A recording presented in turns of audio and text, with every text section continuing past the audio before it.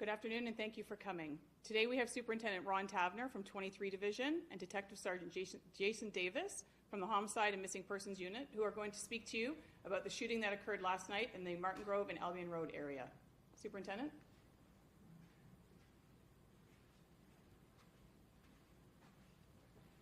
Thank you, and good afternoon. As you're aware, last night, just after 9 p.m., there was a shooting in the area of Martin Grove and Finch.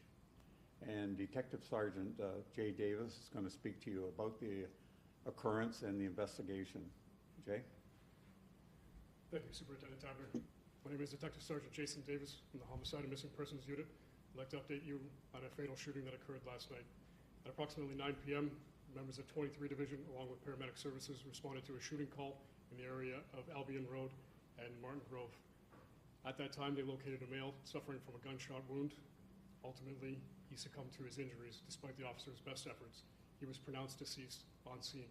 The Homicide and Missing Persons Unit has taken carriage of the investigation, and at this time, we are looking for two suspects that are described as male, wearing a black hooded jacket, black pants, and black shoes.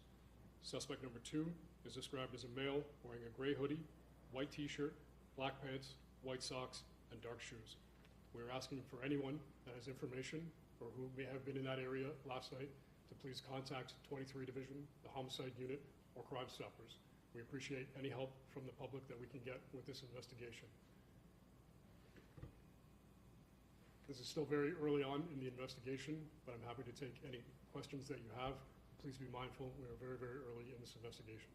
Can you just talk about, we were at the crime scene and it looked like there was a parking lot, but also a playground right next to the parking lot. And also multiple vehicles had bullet holes in them.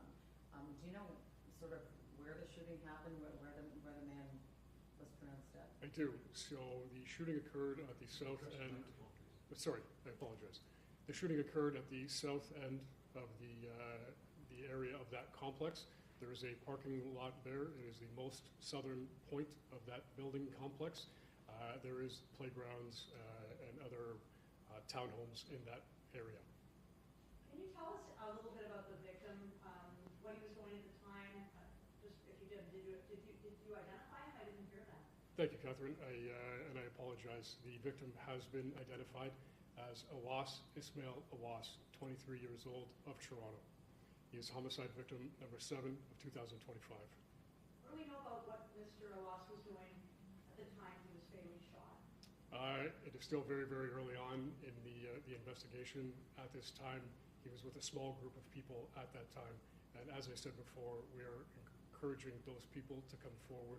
We would like to speak to them.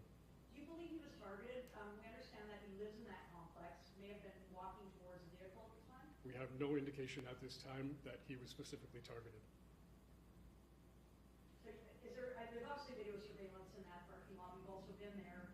And you obviously said there are two suspects that you're looking for. Can you speak to how long you believe those suspects were there at the time? And did they flee by foot or in a vehicle? Where do you see them on that video?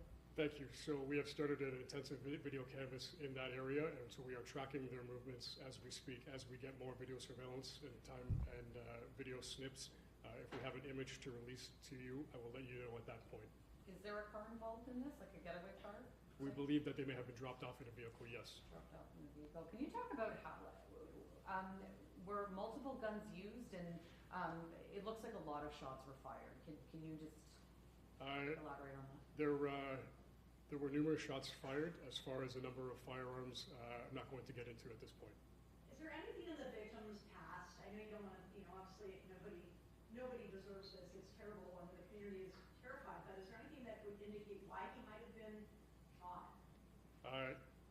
This is very, very early in this investigation, and at this point in time, we are trying to figure out the exact circumstances of why this took place.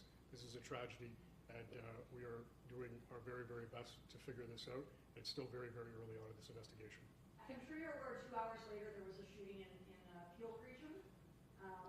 Likely not connected, but would you be making contact with Peel Regional Police just in case they might be connected? So I have been in contact with our friends at Peel Regional Police. There is no indication that these two incidents are connected at this time. One more question? Can Can you just talk about the fact that this was 9 o'clock at night? That's not very late. A lot of people are out and about. Kids are home with their families. There is a playground there. Obviously, it would have been dark, but I mean, this crime scene was surrounded by homes. People could be coming and going from work still, and there was a lot of bullets that went off. How lucky are you know?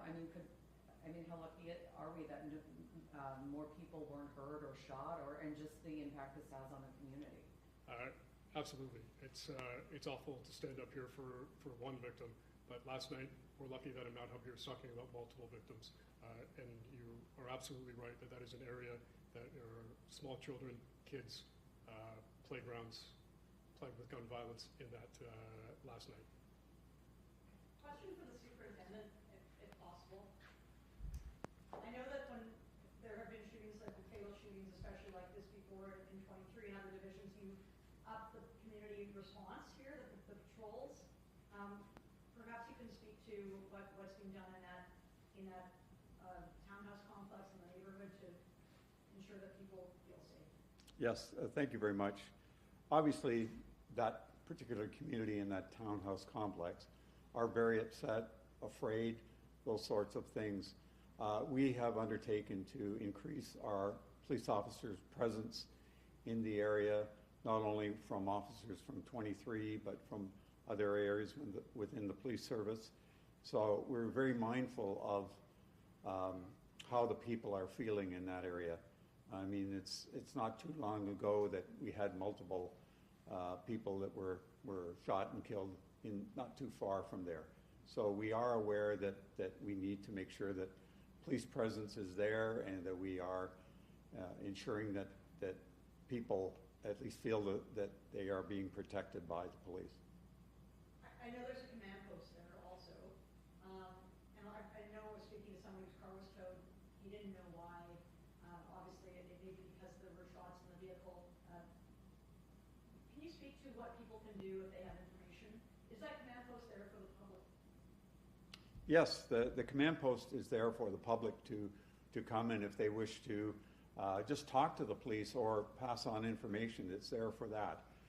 Certainly, as the Detective Sergeant mentioned, call 23 Division, call the Homicide Bureau, call Crime Stoppers if you want to remain anonymous. Any information that you might think doesn't mean much may mean a lot. So we encourage people to come forward.